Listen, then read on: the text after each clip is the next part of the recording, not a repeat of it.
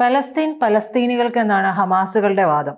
അപ്പോൾ ഈ 20 ഇന പ്രോജക്റ്റ് അവർ അംഗീകരിക്കുന്നുണ്ടെങ്കിലും പലസ്തീൻ ഭരിക്കാനായിട്ട് പക്ഷെ ടോണി ബ്ലെയർ വരണ്ട, അങ്ങനെ ആ ഒരു കുപ്പായം തുന്നിച്ച് അങ്ങേര് അവിടെ ഇരിക്കണ്ട എന്നുള്ളത് തീർത്ത് പറഞ്ഞിട്ടുണ്ട്. എന്തുകൊണ്ടാണ് ടോണി ബ്ലെയറിനോട് ഹമാസുകൾക്ക് ഇത്ര നീരസം?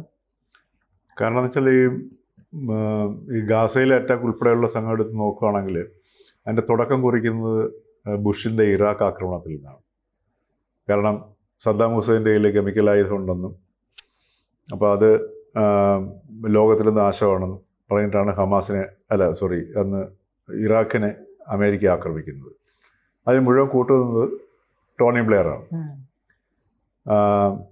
പക്ഷേ പാവം സദ്ദാമിൻ്റെ കയ്യിൽ എന്താ പറയുക, അത്യാവശ്യം ഒരു കെമിക്കൽ പോയിട്ടൊരു വലിയ കാര്യമായ പടക്കങ്ങൾ പോലും ഇല്ലാതിരുന്നൊരവസ്ഥയായിരുന്നു. അദ്ദേഹം അവസാനം ബങ്കറിൽ നിന്ന് ഒളിച്ചിരിക്കുകയും അവിടെ നിന്ന് പിടിച്ചുകൊണ്ട് വരികയും പിന്നെ അദ്ദേഹത്തിനെ തൂക്കിക്കൊല്ലുകയൊക്കെ ചെയ്ത് നമ്മൾ കണ്ടതാണ്. ഇവരുടെ ഒരു മിഡിൽ ഈസ്റ്റ് പ്രോജക്റ്റായിരുന്നു, അമേരിക്കയുടെ ഒരു മിഡിൽ ഈസ്റ്റ് പ്രോജക്റ്റാണ്. അത് ഈ ജെഫ്രി സാക്സ് എന്ന് പറഞ്ഞ കൊളംബിയ യൂണിവേഴ്സിറ്റിയിലെ പ്രൊഫസർ ഉണ്ടല്ലോ, അദ്ദേഹം ഈ വളരെ ശക്തമായിട്ട് ഇത് പറയുന്നുണ്ട്. മിഡിൽ ഈസ്റ്റ് പ്രോജക്റ്റ് അമേരിക്കയുടെ അല്ലെങ്കിൽ അമേരിക്കൻ ഡീപ്പ് സ്റ്റേറ്റിൻ്റെ മിഡിൽ ഈസ്റ്റ് പ്രോജക്റ്റിൻ്റെ തുടക്കമായിരുന്നു ഇറാഖ് ആക്രമണം എന്ന് പറയുന്നത്. അതിൻ്റെ ഓരോ തുടർച്ചകളാണ് ഇപ്പോൾ കണ്ടുകൊണ്ടിരിക്കുന്ന സാധനങ്ങൾ. ഇപ്പോൾ നമ്മൾ ഈ പറയുന്ന ഈ ഹമാസ് ഇവിടെ ഇസ്രയേലിനെ ആക്രമിച്ച് 1200 കൊന്നു എന്ന് പറയുന്നില്ലേ, അതുപോലും ഡീപ്പ് സ്റ്റേറ്റിൻ്റെ പണിയാണോ എന്നുള്ള കാര്യം നമുക്ക് ഇനി പിന്നീട് അറിയാൻ പറ്റത്തുള്ളൂ. ഇപ്പോൾ ജെഫ്രി സാക്സിൻ്റെ ആ സ്പീച്ചുകളൊക്കെ നോക്കിക്കഴിഞ്ഞാൽ നമുക്ക് അങ്ങനെ ഒരു സംശയം പോലും വരും.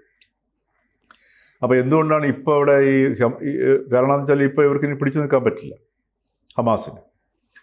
അപ്പോൾ ഈ വച്ചിരിക്കുന്ന ഈ 20 നിർദ്ദേശങ്ങളിനകത്ത് ഏറ്റവും പ്രധാനപ്പെട്ട നിർദ്ദേശം എന്ന് വെച്ചാൽ ഇപ്പം ട്രംപ് നേരത്തെ വെച്ചിരുന്ന ഏറ്റവും വലിയൊരു നിർദ്ദേശം എന്ന് പറഞ്ഞു കഴിഞ്ഞാൽ ഈ ഗാസയിലുള്ള തദ്ദേശവാസികൾ മുഴുവൻ ഇന്തോനേഷ്യയിലേക്കോ അതല്ലെങ്കിൽ ഈജിപ്തിലേക്കോ ഒക്കെ കൊണ്ട് മാറ്റി പോകണം, അതിനുള്ള സംവിധാനം ഉണ്ടാക്കാം എന്ന് പറയുന്നത്. അവിടെ നിന്ന് മുഴുവൻ ആൾക്കാരെ മാറ്റിയിട്ട് ഇതിന് ഞങ്ങൾക്ക് തന്നു കഴിഞ്ഞാൽ ഞങ്ങൾ ഉഗ്രമായ ഒരു റിസോർട്ട് പോലുള്ള സംഗതി അവിടെ കടൽ തീരത്ത് ഞങ്ങൾ ബിൽഡ് ചെയ്യാം.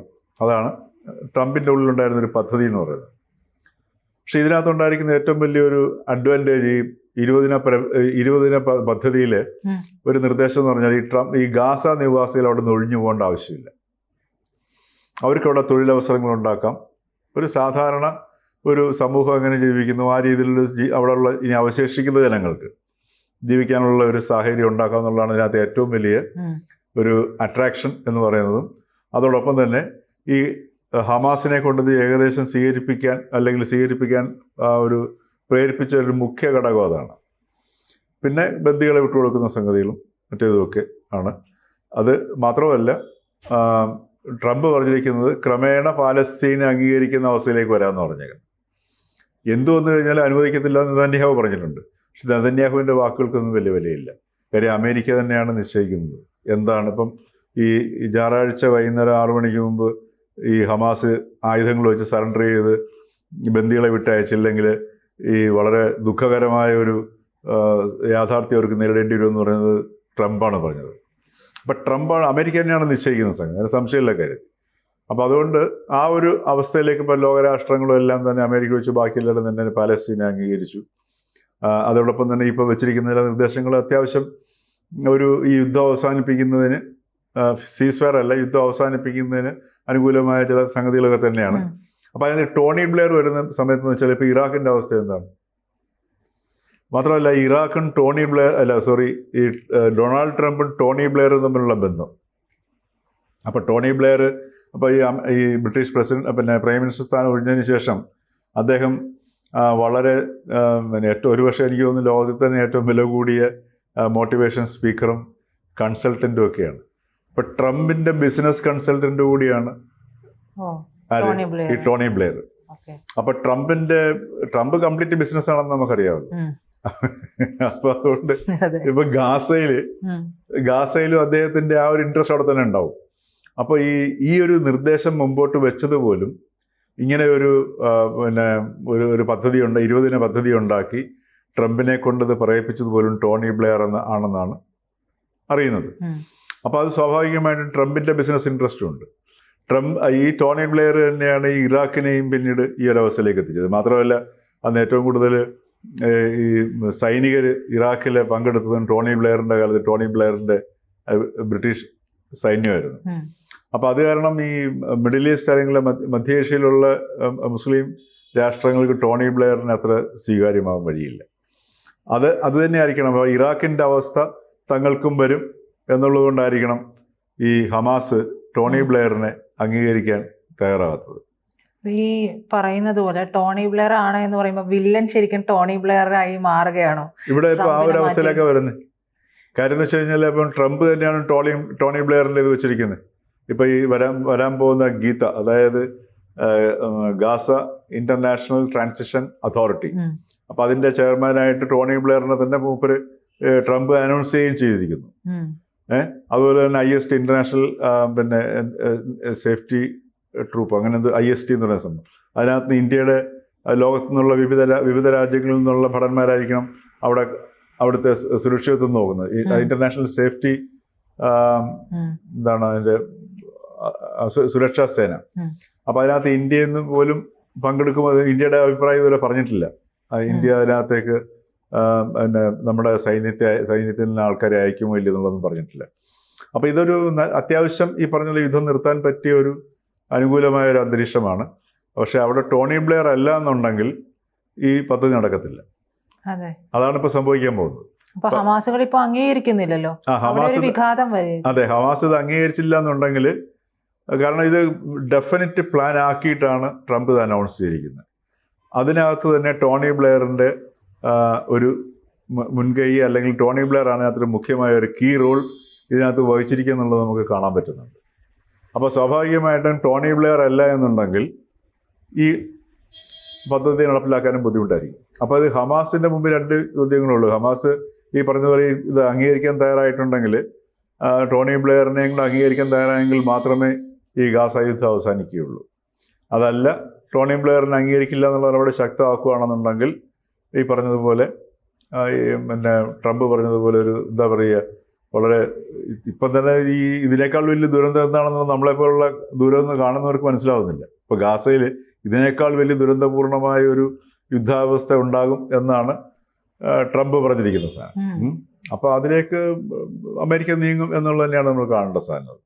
അപ്പൊ ഈ ഹമാസ്, നമ്മളപ്പോഴും ചോദ്യം ബാക്കിയാണ്, ഈ ഹമാസ് ഇത് സമ്മതിച്ചില്ലെങ്കിൽ ഇതിൽ കൂടുതൽ ഒരു ദുരവസ്ഥ എന്ന് പറയുമ്പോൾ നമ്മൾ പറയില്ലേ, കാലകേയൻ വന്ന് കയറിപ്പോയ പോലെ എന്ന് പറയുന്ന ഒരു സാഹചര്യം, അതായത് വിനാശം അഴിച്ചുവിടുന്ന അവസ്ഥയിലേക്ക് പോകും. അവിടെ ജനങ്ങൾ ഉണ്ടാകില്ലേ? വിനാശം ഇതിൽ കൂടുതൽ ഇനി എങ്ങനെ വിനാശം വരും നമ്മൾ ആലോചിക്കുന്നത്? മനുഷ്യന്റെ ദുരിതം കിട്ടാത്തൊരവസ്ഥ. കാര്യം ഈ മറ്റേ ബോംബ് വീണ് മരിക്കുന്നത് മനസ്സിലാക്കാൻ പറ്റിയ ആൾക്കാർ മരിച്ചുകൊണ്ട്, അതിനേക്കാൾ ദുരിതം എന്ന് പറയുന്നത് ഈ അമ്മമാര് കുഞ്ഞുങ്ങളെ നോക്കുന്നതിലാണ്. ഈ മാൽന്യൂട്രീഷൻ വന്നിട്ട് കുട്ടികളെ ഇങ്ങനെ മരിക്കുന്നതുമില്ല, ജീവനുമുണ്ട്. വല്ലാത്തൊരു കാഴ്ചയാണ്. അതാണ് ഏറ്റവും ഒരു ദുരന്തപൂർണമായ കാഴ്ച. കുട്ടികൾ മരിച്ചാൽ പിന്നെ മരിച്ചു എന്നെങ്കിലും വിചാരിക്കാം. ഇത് അതുപോലെ തന്നെ അംഗവൈകല്യങ്ങൾ സംഭവിച്ചവർ, അങ്ങനെ എന്തെല്ലാം ദുരിതം വരികയുണ്ട്. അപ്പോൾ ഇത് പക്ഷേ ഈ ഒരു സംഗതി അവർ ഹമാസ് അത് അംഗീകരിച്ചില്ല എന്നുണ്ടെങ്കിൽ ഈ പറഞ്ഞതുപോലെ അവിടെ മുഴുവൻ തകർക്കുമായിരിക്കും. ഇനി തകർക്കാൻ എവിടെ ഉണ്ടെന്നുള്ളത് നമുക്കറിയില്ല. പക്ഷേ ഇനി അവശേഷിക്കുന്ന എവിടെയെങ്കിലും ഉണ്ടെങ്കിൽ ഇപ്പം പിന്നെ ഭൂഗർഭ അറകളോ എന്തെങ്കിലുമൊക്കെ ഉണ്ടെന്നുണ്ടെങ്കിൽ ഒരു സർവനാശത്തിൻ്റെ ലെവലിലേക്ക് ഒരു പക്ഷേങ്കിൽ ഗാസയെ കൊണ്ടുപോകുന്നുള്ളതായിരിക്കും. ഇൻ കേസ് ടോണി ബ്ലെയർ വരികയാണ്, ഹമാസിന് അവരുടെ മുമ്പിൽ മറ്റു ഓപ്ഷൻ ഇല്ലാത്തതുകൊണ്ട് സമ്മതിക്കുകയാണ്. ടോണി ബ്ലെയർ വരികയാണെങ്കിൽ ഇവിടെ എന്തായിരിക്കും സംഭവിക്കുക? ഈ ഇസ്രയേൽ അവിടെ ജൂത സെറ്റിൽമെൻറ്റുകളൊക്കെ പ്ലാൻ ചെയ്തിരുന്നു. ഇവിടെ ടൂറിസം പ്രോജക്റ്റുമായിട്ട് ട്രംപും വരുന്നുണ്ട്. അപ്പോൾ അങ്ങനെയാണെങ്കിൽ ഇതിനിടയിൽ എന്ത് സംഭവിക്കും? ഇസ്രയേലിനും അമേരിക്കയ്ക്കും ഇടയിൽ എന്തെങ്കിലും അങ്ങനെയുള്ള അല്ല, ഇസ്രയേലിനും അമേരിക്കയ്ക്കും ഇടയിൽ നിന്നുള്ള പ്രശ്നം വരുന്നില്ല. അതിൻ്റെ കാരണം എന്ന് വെച്ച് കഴിഞ്ഞാൽ ഈ അമേരിക്കൻ പൊളിറ്റിക്സിനെയും അമേരിക്കൻ ഡീപ് സ്റ്റേറ്റിനെയും നയിക്കുന്നത് ഇസ്രയേലികളാണ്, ജ്യൂസാണ്. അതും ഹാൻഡ്ഫുൾ ഓഫ് ജ്യൂസ്. അതിന് ഈ ഡെമോക്രാറ്റുകളായിക്കോട്ടെ റിപ്പബ്ലിക്കൻസ് ആയിക്കോട്ടെ, ഈ ഡീപ് സ്റ്റേറ്റിനെ തന്നെ നിയന്ത്രിക്കുന്നത്, അതിൻ്റെ പിന്നിൽ തന്നെ ഇരിക്കുന്നത് ഈ ജ്യൂസാണ്. അതുകൊണ്ട് തന്നെയാണ് ഈ നെതന്യാഹുവിനെ ഇവിടെ അമേരിക്ക ഹെൽപ്പ് ചെയ്യുന്നത്. അപ്പോൾ അമേരിക്കയുടെ താല്പര്യം തന്നെയായിരിക്കും, സംശയമുള്ള കാര്യത്തിൽ. അപ്പോൾ ഇതിനകത്ത് ഇവരുടെ ഒരു മിഡിൽ ഈസ്റ്റ് പ്രോജക്റ്റ്, ഈ അമേരിക്കൻ ഡീപ് സ്റ്റേറ്റിൻ്റെ മിഡിൽ ഈസ്റ്റ് പ്രോജക്റ്റ് ഒരു പക്ഷേങ്കിൽ അവർ ഉദ്ദേശിക്കുന്ന സ്ഥലത്തേക്ക് പോയി നിൽക്കുന്നുണ്ടായിരിക്കാം. അപ്പോൾ അതുകൊണ്ടാണ് ഇപ്പോൾ ടോണി ബ്ലെയർ വന്നു കഴിഞ്ഞുള്ള ഒരു അഡ്വാൻറ്റേജ് എന്ന് പറയുന്നത് ഈ പാലസ്തീൻ എന്ന് പറയുന്ന ഒരു രാഷ്ട്രത്തിൻ്റെ പോസിബിലിറ്റി തെളിയുന്നുണ്ട്. കാര്യം മറ്റ് രാജ്യങ്ങളെല്ലാം അത് അംഗീകരിച്ചു. ഒരു പക്ഷേങ്കിൽ ഇപ്പം പിന്നെ യൂറോപ്യൻ രാജ്യങ്ങളും പിന്നെ ഫ്രാൻസും എല്ലാം അംഗീകരിക്കാൻ കാരണം പോലും അതിൻ്റെ പശ്ചാത്തലം നമ്മൾ ഇപ്പോൾ ഇങ്ങനെ ആലോചിക്കുമ്പോൾ ഈ ടോണി ബ്ലെയറിൻ്റെ ഈ 20 ദിന പരിപാടിയുടെ മുന്നൊരുക്കങ്ങളായിരുന്നു എന്ന് സംശയമുണ്ട് അല്ലേ? സമീപകാലത്തല്ലേ എല്ലാ രാജ്യങ്ങളും മുന്നോട്ട് വന്ന് അംഗീകരിക്കുന്നത്. അപ്പോൾ അംഗീകരിച്ചിട്ട് പെട്ടെന്ന് ഇത് ഈ ഒരു 20 ദിന പരിപാടി ഒരു ദിവസം കൊണ്ടുണ്ടാവുന്ന സാധനമല്ല. അപ്പോൾ ഇതിനകത്ത് ടോണി ബ്ലെയർ ആയിരിക്കുന്ന ഒരു മുഖ്യ പങ്ക് വഹിച്ചിട്ട് യൂറോപ്യൻ രാജ്യങ്ങളെ കൊണ്ട് ഈ ഫലസ്തീനെ അംഗീകരിക്കുന്നു, ഒരു അന്തരീക്ഷം ക്രിയേറ്റ് ചെയ്യുന്നു. പിന്നെ അമേരിക്ക മാത്രമേ ഉള്ളൂ. ഇപ്പോൾ അമേരിക്കയും പറയുന്നു ക്രമേണ ടോണി ബ്ലെയർ വന്നിട്ട് ഇവിടുത്തെ ഈ മറ്റേ ഗാസ ഇൻ്റർനാഷണൽ ട്രാൻസിഷൻ അതോറിറ്റി ചെയർമാനായിട്ട് അവിടെ പുതിയൊരു വളരെ വികസിതമായ ഒരു രാഷ്ട്രം അതല്ലെങ്കിൽ ഒരു പ്രദേശം കെട്ടിപ്പടുത്തുന്നതോടുകൂടി ഫലസ്തീൻ രാജ്യത്തിനെയും അംഗീകരിക്കാവുന്ന സംഗതി. അപ്പോൾ അതിനൊരു പൊളിറ്റിക്കൽ സൊല്യൂഷനിലേക്ക് വരുന്നുണ്ട് സാർ. അപ്പോൾ ഇതെല്ലാം ആ ഒരു ഏതോ ഒരു വലിയൊരു പ്രോജക്റ്റിൻ്റെ ഒരു ഡിസൈൻ്റെ ഭാഗമായിട്ട് ഉരുത്തിരിഞ്ഞ് വരുന്നതായിട്ട് നമുക്കൊണ്ട് തന്നെ കാണേണ്ട സാധനം. അത് ഹമാസ് ഇത് അംഗീകരിച്ചില്ല എന്നുണ്ടെങ്കിൽ ഇത് ഈ പറഞ്ഞതുപോലെ ഒരു പക്ഷേങ്കിൽ ലോകം ഇനി കാണാനിരിക്കുന്ന ഏറ്റവും വലിയ ദുരന്തങ്ങളിലൊന്നും തന്നെയായിരിക്കും വരുന്നത്. കാരണം ഹമാസ് ഈ വരുന്ന ഈ ഞായറാഴ്ച നാളെ ഈ ഇവരെ വിട്ടുകൊടുത്തില്ല എന്നുണ്ടെങ്കിൽ അമേരിക്ക അടിക്കും എന്നുള്ളതിൽ ഒരു 90% നമുക്ക് ഉറപ്പിക്കാവുന്നതുമാണ്. കൂടുതൽ വാർത്തകളും വിശേഷങ്ങളും നിങ്ങളിലേക്ക് എത്താൻ ABC മലയാളം സബ്സ്ക്രൈബ് ചെയ്യുക, ബെൽ ബട്ടണും അമർത്തുക.